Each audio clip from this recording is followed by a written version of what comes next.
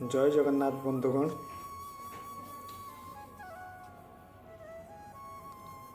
एबे विवाह सप्ताह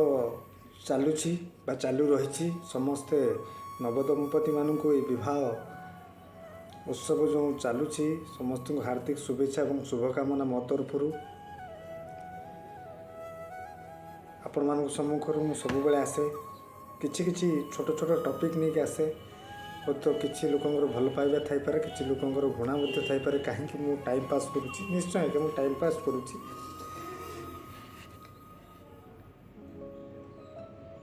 कहीं ना टाइम पास करुच्ची एबे जो समय चली समाज रो जो कलुषित परिवेश हो जाए समाजटी से परिवेश को सुधारिबार मोर एक मनोबल अच्छी कहीं ना गोटे छोट बिजनेस करी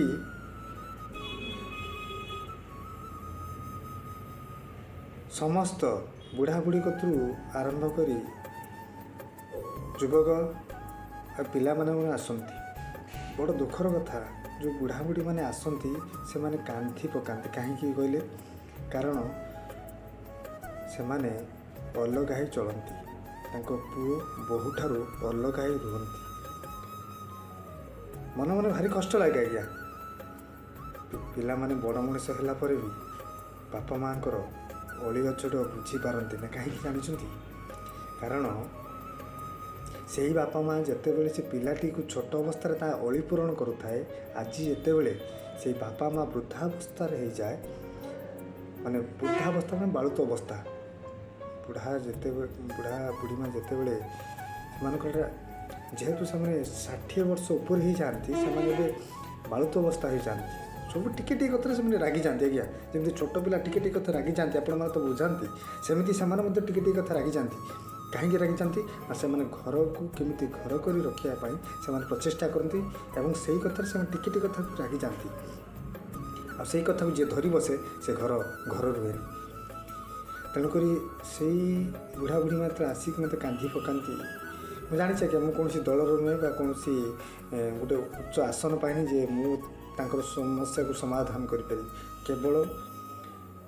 मुझे वीडियो माध्यम से पुओ बोह मान गोटे कथा रिक्वेस्ट करी आज्ञा आपण मानकर छोट बेल कथा टी मन पका आपड़ जो अली अछड़ करुते से माँ ये बापा आपण मान अली अछड़ पूरण करने निजे चिराकना निजे गोटे ओली खाइबा से बंद कर तुमको गोटे खंडे लुगा एवं दिवली खाया जोगे किंतु आजिका परिवेश आजिका समाज आ तमें माने तांकु यही समय कहवा कष्ट लगुच आखिरे लुह आसिले मत कहवा पड़ुछि जे आपण मानू सुधरी जातु आज्ञा कारण आपण मैंने दिने बापा माँ हे आपण माँ दिने बुढ़ा बुढ़ी हे आपण मान एमती समय आसो जब आपण मान पुओ आपण मान बोहू जब एमती कर आपण मानक केमी लगे ये कथा मुझे कहवा को कष्ट आपण मानक लगी पारि था कि कहवा को निहाती आवश्यक आपण ये कथा आप बहुत बार शुणुवे कि केवे कार्य लगे थे कि अनुरोध करी ये कथा जो बापा माँ को जो पुओ मैंने अलग हो जाते चिंता करूँ तापर आसवा भाई कति आज्ञा छोट बड़े बड़ भाई सान भाई की कौन गेल कर न था बड़ भाई कौन सान भाई अली अर्दली कथा टी केते छोट बड़े से पूरण कर न था आज जिते आम बाहा सारूचे जिते आम युवक अवस्था गोटे अतिक्रम करी जिते आम गोटे परिवार सहित आम जड़ित हो रोचे से आम मैंने भाई सहित भाई भाग करवा केमी जो भाई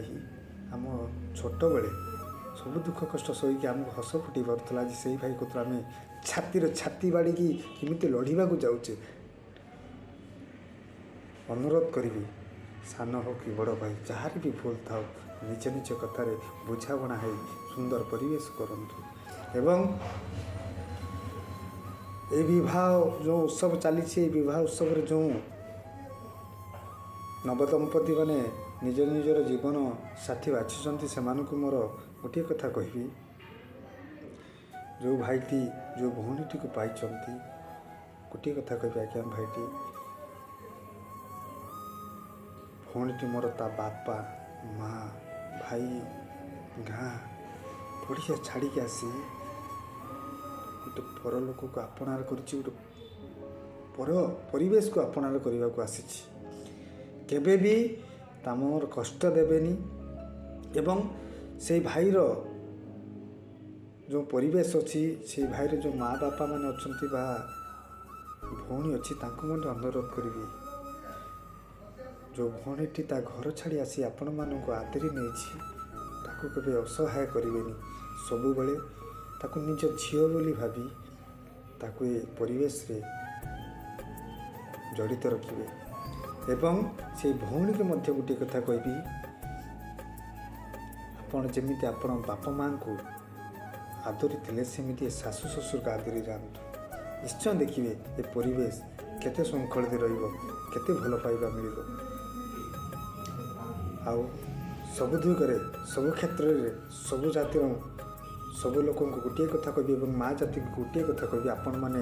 ଟିକେ ଚୁପ୍ ରହିଯାଆନ୍ତୁ, ଦେଖନ୍ତୁ ପରିବେଶ କେତେ ଶୃଙ୍ଖଳିତ ହୋଇଯିବ। କାରଣ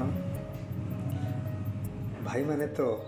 ବାହାରକୁ ଆସନ୍ତି ଖଟିବା ପାଇଁ, ମାଆ ମାନେ ଘରେ ରୁହନ୍ତି। ତେଣୁ ଘର ହେଉଥିବା ଜିନିଷ ଯଦି ଭାଇଙ୍କ କାନରେ ପଡ଼େ ତ ଭାଇ ବାହାର କଥା, ଘରେ କଥା ବୁଝି ସେମାନେ ଅସହାୟ ପଡ଼ନ୍ତି। କାହାକୁ ରଖିବେ? ମାଆକୁ ରଖିବେ ନା ସ୍ତ୍ରୀକୁ ରଖିବେ? ସ୍ତ୍ରୀ କଥା ମାନିବେ ନା ମାଆ କଥା ମାନିବେ? ଭଉଣୀ କଥା ମାନିବେ ନା ସ୍ତ୍ରୀ କଥା ମାନିବେ? ଏଇ ଅଳିବଞ୍ଚର ଭିତରେ, ଏଇ ଦ୍ୱନ୍ଦ୍ୱ ଭିତରେ ସେମାନେ